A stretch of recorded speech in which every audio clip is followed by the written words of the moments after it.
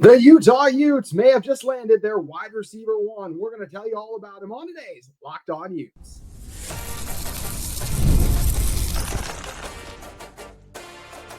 You are Locked On Utes, your daily podcast on the Utah Utes. Part of the Locked On Podcast Network, your team every day. Hello, everyone, and thank you for making Locked On Utes your first listen and view of the day. We are part of the Locked On Podcast Network, available wherever you get your podcasts, as well as on YouTube. If it's your first time listening to this show, make sure you like and subscribe. Today's episode is brought to you by FanDuel. Right now, new customers get $200 in bonus bets when your first $5 bet wins. My name is JT Wistrcill, former intern inside the University of Utah Athletic Department. Excited to have on a first-time guest today, Dawson Janes, on today's show. Dawson is a writer for UteZone, a student at the U as well, too. And Dawson, we get to talk about a Utah wide receiver commit, and this is a position that Utah has desperately needed. Tobias Merriweather commits to Utah. This is a guy who was a top 20 player in the portal still. He was at Notre Dame, then at Cal, now comes over to Utah. Big body receiver with a large catch radius, good speed, can get open at all three levels, especially deep. I think if he can stay healthy, because he had an injury last year, I think he's instantly this team's wide receiver one. Yeah, JT, thanks for having me on. Of course, excited for what I've seen from him, Notre Dame and Cal. I came across a video on Twitter today. He ran almost a 22 mile per hour touchdown. A 6'5" guy. As we talked before, he might be Utah's next Megatron. From what I've seen from him, he could catch anything. Puts himself in open spots, finds space, and especially with this undecided wide receiver room at the U, I think he can make a push for the wide receiver one spot. You mentioned undecided wide room. It feels a very open room. Still surprised by Zacharias Williams leaving. I mean, we all thought he could do good things, but just the lack of production. Yeah, he was turning a couple heads of spring ball, but maybe one or two catches in the spring game, and that's enough. That's a conversation for another day, but still. But Merriweather, this is a big deal for Utah to get Merriweather. I mean, coming out of high school, he was rated as a 4-star prospect, 95 rating, and the number 121 talent nationally in the 2022 recruiting class. Mentioned he was at Notre Dame first in 2023. But he had some moments with the Fighting Irish, but he also struggled with drops and inconsistency, and that's according to Arizona Sports, or AZ Sports, who was about to cover him at the time. Then went to Cal, where he battled injuries, played the first game, missed the next 8 before contributing in the last few games of the season. Best game was the 6 catches he had for 52 yards against Wake Forest, and scored in the end zone on a fade route. So this is a guy where it's exciting because Utah's got him. But it is a little bit like, okay, like why did he start at Notre Dame and fell down a little bit? Injury is definitely part of it, and he was a projected starter for Cal. So I still think he could be good, but this is not like Utah is landing a 4-star recruit to me. It's a guy with the potential to boom, as we've seen guys. I mean, Utah's brought in the Brant Keithys, the Devin Lloyds of the world, and they ended up booming too. Merriweather has a much higher ceiling than that, and he's made plays. He's made catches against Ohio State, like some that put his team inside the 5-yard line. He's gotten open against P4 teams. That's instantly right away. With that paired with his potential, I think he could be this team's wide receiver one, but I can't act like, okay, this is a 4-star get that Utah got either, because there's reasons that he did start at Notre Dame and tumbled down first, and now he's at Utah. So I think he could be good, but I'm a little nervous, Dawson. Yeah, the nerves are definitely there, but as I said, the undecided room, anything can happen. This room is a really small one. They don't have much size, so bringing in a guy like him at 6'5" is going to be huge. Definitely has so much potential. I'm sure it will come. We'll see it. Hasn't proven it yet because of those injuries, as you said, but what I've seen from him at Cal, it was pretty remarkable. A quarterback like that, I forget his name, but coming into a exciting offense, it looks like at the U, Devin Dampier, definitely gonna use this guy. He could toss it up to him when he's not running or being explosive, and he controls his body really well. As I said, he finds the open space, which is going to be huge for a mobile guy like Dampier, finding him out in the open. Cross body, he'll be able to come back for the ball. As you said, this potential it's huge, and that's really important for this Utah team. The lack of success concerned me a little bit, because just this 1 reception for 41 yards freshman year, 14 catches, 284 sophomore year, exciting, 2 touchdowns, 11 receptions last year in a few games played, 125 yards, just the 1 touchdown too. So once again, not a lot, but less than 500 career receiving yards put up. But he has proven he can get open against P4 competition.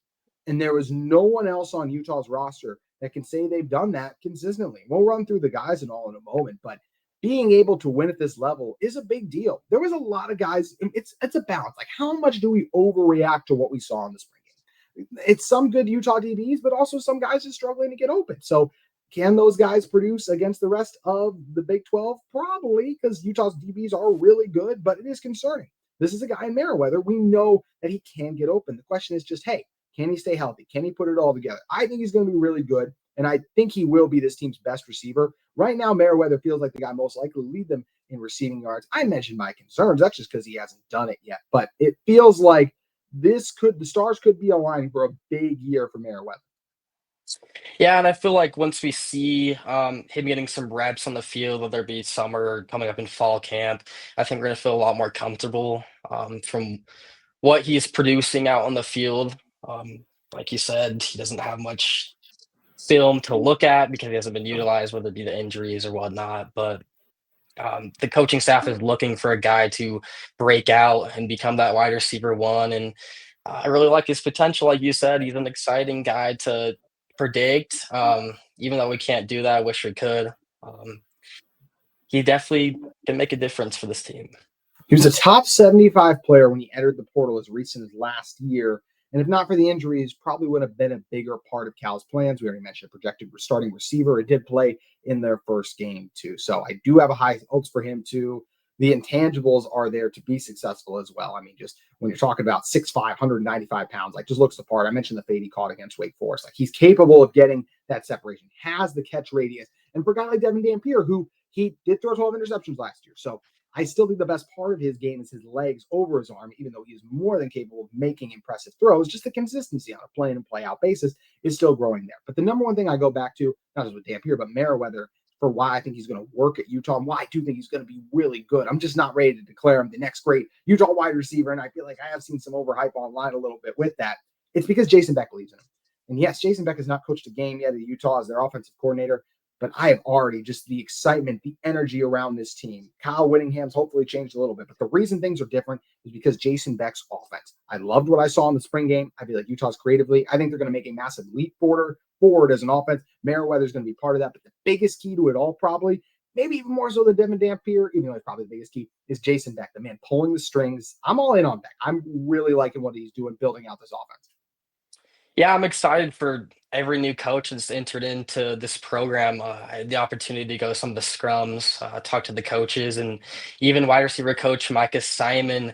He's still looking for that number one guy. Coach Beck, Simon talked about him a lot. Loves what he brings to the table. Loves the energy. That's really, really important for a coach to communicate well and produce guys that want to be there and are not going to want to transfer out, especially in these days. Coach Beck is full of that. He radiates the energy. Guys want to be around him and want to play for him in his offense. And same with Micah Simon. Just talking to him, he's a really down to earth guy. And there's something that does it for these young guys that just want to play, I guess. When you combine those coaches, their communication and their energy that they bring to the table, it's going to produce some good stuff out of the wide receiver room and every position there is on this team. We mentioned the wide receiver room. We're about to talk about that in a moment. I do want to say, I'm sure someone's screaming on the other side right now, or just whoever's listening is in their car. What about the running back that Utah added? Yes, I know Utah added Bryce Duke, the old Dominion and Virginia Tech running back. But I want to talk about him on another show. He deserves his own show, just like we're doing in this one with Merriweather. And now I want to talk about what it means for the receiver room as a whole. Let's talk about this wide receiver room. Is Utah done? That's what we're going to be discussing in one moment. Today's show is brought to you by FanDuel Sportsbook. The NBA playoffs are in full swing, and every night delivers highlight-worthy performances, major momentum shifts, and can't-miss moments. Whether it's a game-winning shot or breakout play, there's never been a better time to get in on the action. FanDuel makes it easy to stay in the game before tip-off and live watching what's going on. With player props, performance trends, and same-game parlays, fans have way more than ever. They have more ways than ever to play smart and win big. Which players do you think are going to show out in the big moments? I think Karl-Anthony Towns is going to have a huge series for the New York Knicks as they are taking on the Boston Celtics. But I still think the Celtics are probably going to win, even though I think Cat's going to have a good series there. How about over to the Western Conference? Anthony Edwards, Steph Curry. It's going to be an electric series there.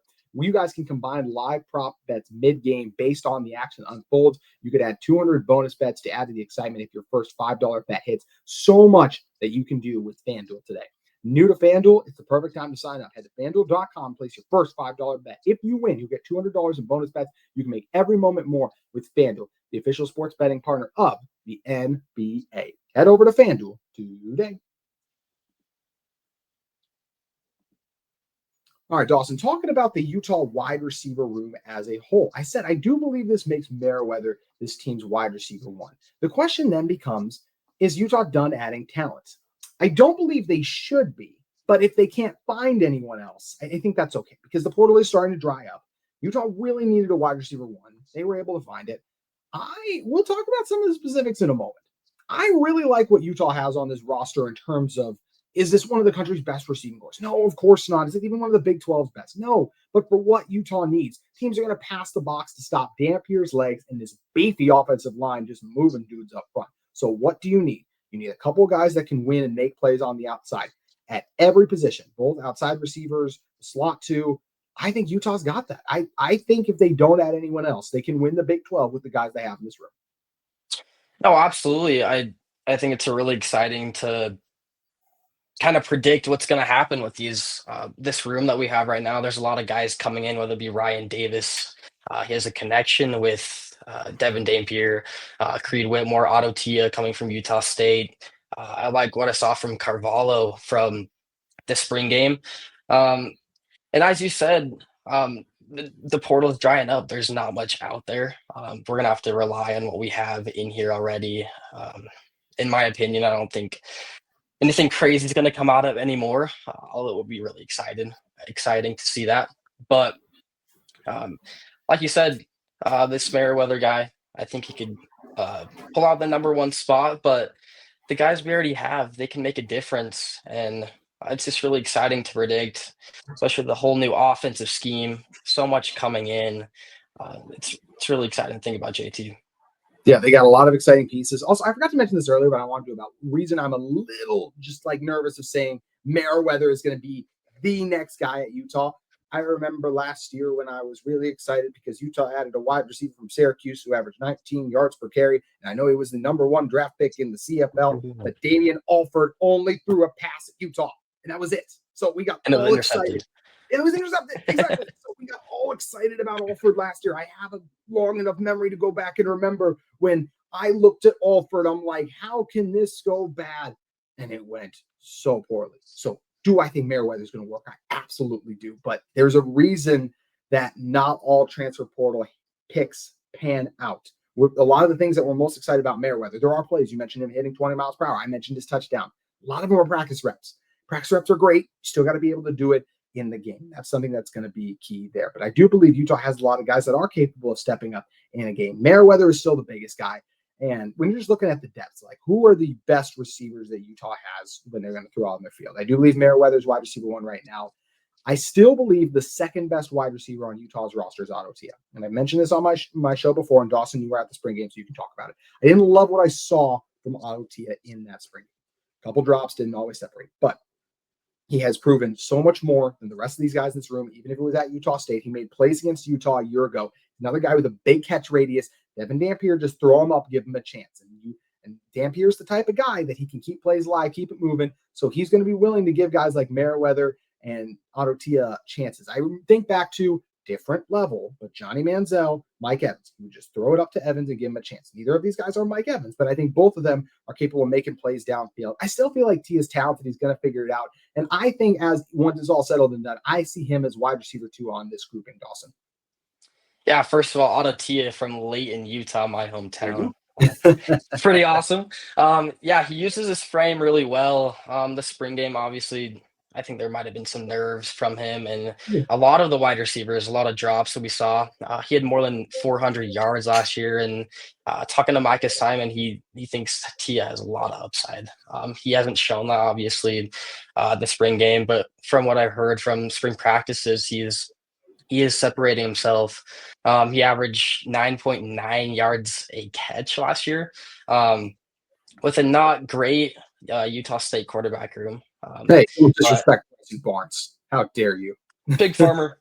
Um, but Tia, I'm excited. I think he could take that number 2 spot and maybe even take the number 1 spot. He could separate himself a little more work. Maybe bulk up, slim down. We'll see. Yeah, spring games can go either way when we're talking about hype and excitement for guys too. I think most of you may remember when Makai Cope made a one-handed grab in the spring game and took the internet by storm, and we all thought he was going to really do great things at Utah. It just didn't happen. And, wish him the best of luck. I think he transferred. I think he's at Sac State. I could be wrong on that. But, sometimes it doesn't pan out. But then other times we heard all spring about Tavon Bailey's breakout. He made one really good catch in the spring game. Didn't see him again. He was awesome that season. So it can go either way. So we'll see what happens. But I don't think we should read too much into Tia's struggles. I do think it was okay to read enough into the wide receiver room as a whole and say, okay, this many guys are having moments of inconsistency. Time to add another dude. And I am glad that Utah did that too. So I think Tia's the number 2. And then after that, I think Ryan Davis, Creed Whitmore are the 2 slot guys I'm really looking at. Whitmore, I liked a lot in the spring game. He impressed me a lot. I'm still giving the edge to Davis just because of the connection he has with Devin Dampier. But if Utah wants to put their best 4 receivers on the field, I very well feel like right now their best 4, and there's some other guys we talk about in a moment, is Merriweather, Tia, Davis, and Whitmore. I would do that right now over a tight end now that Landon King's gone. The tight ends, we weren't sure how big of a role they'll play in this offense. They'll play some of a role. We saw it in the spring game, but Utah obviously didn't show everything in the spring game either with what they were doing. So those are the guys I look at as the top 4 right now. How do you kind of see the slot position playing out, Dawson? Yeah, I think I like Davis in the slot. I think he almost had 750 He did. yards, 747, something like that. And talking to guys around the team, Dampier and him have that connection. I think that's huge. Running back to the huddle, he's already calling out the next play for Davis. But yeah, that high-powered offense to Bronco Mendenhall last year, he did very well. And under Jason Beck as well, they have that connection. Whitmore, seemed to be a really, really sneaky option at the spring game. He had tons of speed. He was shifty, caught a lot of balls, and I don't know. I just have him right under Davis just because of that connection, what he's proven inside this scheme. But I think it's really, really close, like you're saying. It does feel like it, but there's also a lot of other guys that could step up, could emerge here and surprise us. Just like last year, we see this all the time where you think a guy's going to do well. I guess not last year. Utah wide receiver production not great last year, but in other years past, where there's been other unsuspecting wide receivers who risen up through the ranks and surprised us. Which guys am I talking about? Also, Dawson covers Utah baseball for Utah, so I want to talk about what's going on with the Utah baseball team as their regular season winds down. We'll be discussing that in a moment. But first, today's episode of Locked On Utes is brought to you by our friends at Upwork. When you're talking about Upwork, you can visit Upwork.com right now to post your job for free and connect with top talent. Because when you're dealing with Upwork, you can help scaling your business. It just does, to be honest. It requires the right expertise at the right time. With Upwork, you can find specialized freelancers in marketing, developing, design, and more.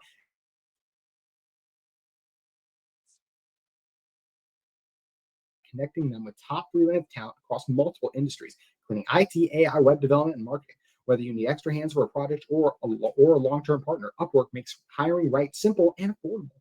You can find the right talent. If you need to help with marketing campaign, Upwork can connect you with freelance experts who can deliver incredible results. There's also that fast and easy hiring process. You can post a job and it's free and simple. And within a day, you can get multiple qualified candidates to choose from. It's also that cost-effective growth business effectively. You can visit Upwork.com right now and post your job for free. That's UPWORK.com, Upwork.com to connect with top talent and grow your business today. You can visit Upwork.com right now and post your job for free. That's UPWORK.com, Upwork.com to connect with top talent and help grow your business right now. We're going to talk about the Utah baseball team in a moment, Dawson. But first, I wanted to finish up this discussion with the Utah wide receiver room. These are the guys that I feel good about lining up for Utah.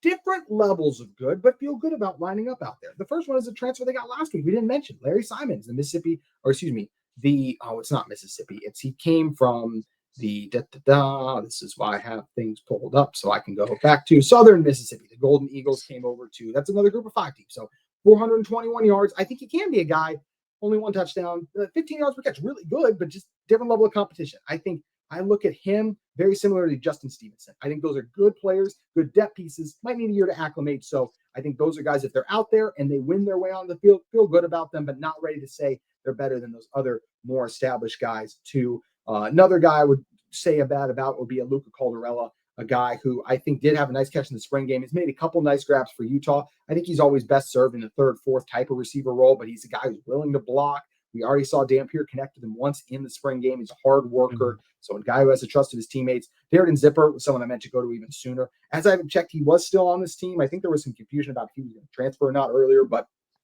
I think he's still there. Yeah. He's a guy who's been productive too. And then Carvalho, you already mentioned. How can we not forget the tunnel screen that he had that he took to, I think it was to the house or either like inside the 5, whatever it was. Play in the spring game. And then the last one I'll throw in there is Rashawn Glover, who's a guy who did make a couple of really nice grabs, separated well too. He might even be a little higher to have him like the 3rd slot guy. And I think a lot of other teams might be their slot guy, if not for what Davis and Whitmore have already done too. So that's a lot of guys that throw on the field I feel good about based on what I think they can do, based on what they've shown so far to, once again, not a world beater of a wide receiver room, but a really solid group all put together. Dawson, I like the talent that Utah has available. How do you feel about these guys? Yeah, Zipper and Caldarella come up to me first. Talking to Micah Simon as well about this. The veteran presence they bring to this squad is huge. They're very comfortable. They both use their size really well. And then going down to Stevenson from Wyoming, that's not a high-powered offense by any means, but he did stand out there. He's going to be an interesting guy to see what happens and see how he unfolds. Carvalho, of course, I mentioned him. That was unreal. Just absolutely shredded the defense. He's shifty, uses his legs well. And then Glover, I think it's just been a punt return. I don't know if he has any stats receiving, but I feel like any of these guys could step into that punt return room if they don't see the field, the receiver position. But yeah, a lot of these guys are squirrely, unpredictable. But Caldarella and Zipper really stand out for me. Just that veteran presence, what they've already proven compared to these other guys. Yeah, there's a lot of guys in this room capable of stepping up, doing something. Once again, love if Utah added someone, not going to be mad if they don't. It's hard to do it, and they already got Merriweather, which was a massive get for this team. A guy I do believe and think he can be wide receiver 1 with some of the concerns I brought up. Just wanted to temper expectations a tad just because we've seen what this can happen with the portal before, and he has not lit the world on fire anywhere yet, even though I'm hoping Utah is the place he ascends to the next level. Speaking of ascending to the next level, we're hoping the Utah baseball team can eventually do that, but they have not done that this year at all, Dawson. 17-25 overall. They've now lost 6 games in a row, 5-19 in the Big 12. They're 4-8 at home, 11-17 on the road. What's going on with the Utah baseball program? I think it's just stepping into the Big 12 conference. It is a lot different than the Pac, although Arizona State, Arizona are still in it, of course. But yeah, 2 straight series where we've been swept. That's the 6-game losing streak. I think our last one was against UVU. It's been a couple weeks. But yeah, things are just not clicking. One thing's working. The hitting's working, looking great. The pitching's not working. The pitching's looking great. The hitters are not coming through when it's timely and when it matters. It's really frustrating, especially in the last season in Smith's Ballpark. I feel like you want to go on a high note, especially going to the new stadium. But yeah, there are some guys that stand out, though. Core Jackson, the shortstop for the U, hitting 355. I think he is 10th in the Big 12 in hitting. He's going to get drafted. He has a lot of potential and what he could bring to the table. On the pitching side, Coulter McAnally, sophomore from Wyoming. He has a sub 3.5 ERA. Every Friday, game 1, he produces and he puts the Utes in the position to win, and that's when their hitting is not coming through. And it's tough to see that, especially for a talent like him. I've had the opportunity to interview both of them, and they talk about their team a lot and what they could do, and it's really big not to be self-centered, although the standout guys in your team. It's just tough to watch. I wouldn't say their talent being wasted, but what they're putting into the team, not helping them win. You mentioned this is not a team that is dormant. They have some talent on it, not going great this year. And ask you then, you mentioned last season in Smith's Ballpark, Utah, they're opening a new ballpark on campus next year. How much optimism is there in your eye that Utah can turn things around in the Big 12 and generate some excitement, positive momentum, beginning, maybe not this season, but at least beginning next year when you do have the new ballpark on campus? Yeah, I feel like Coach Gary Henderson needs to hit the transfer portal a little more. He relies on developing his guys. It takes a little longer. This year's definitely a setback. We had some guys graduate, a few get drafted or signed with MLB teams last year, but I feel like coming to a new stadium, a fresh environment, maybe there'll be more fans. There's going to be less seats, so it might look a little more packed. The sound might be a little louder. Um, I'm optimistic about it, though. There's some young guys that are already producing, whether it be transfer from LSU, Austin Rolig, or Cameron Gurney, Caden Carpenter from American Fork. He's producing as well. There's down the lineup, each guy can contribute. But I think the biggest part is just resetting and coming back to their senses as we come to the new stadium next year. It's going to be really interesting to see what comes out of it. But I definitely think some more pieces are going to be added. Um, really need someone on the pitching side. Absolutely. That's where we struggle. And it'll be interesting to see what Coach Gary Henderson does going into this 2026 season at the new stadium. It's going to be fascinating. A lot still to be determined this year for Utah baseball, and it's particularly in the next. Dawson, this was awesome. Thank you so much for coming on. And please let everyone know where they can find you at. Absolutely. Thank you so much, JT. My ex is James Dawson 27. You can find me on UteZone.com. And that's where all my work is, right on that website. Thanks again, Dawson. Thank you so much, JT. That's going to do it for today's Locked On Utes. Hope you'll be back with us tomorrow. We got a running back transfer edition to break down. Hope to see you then.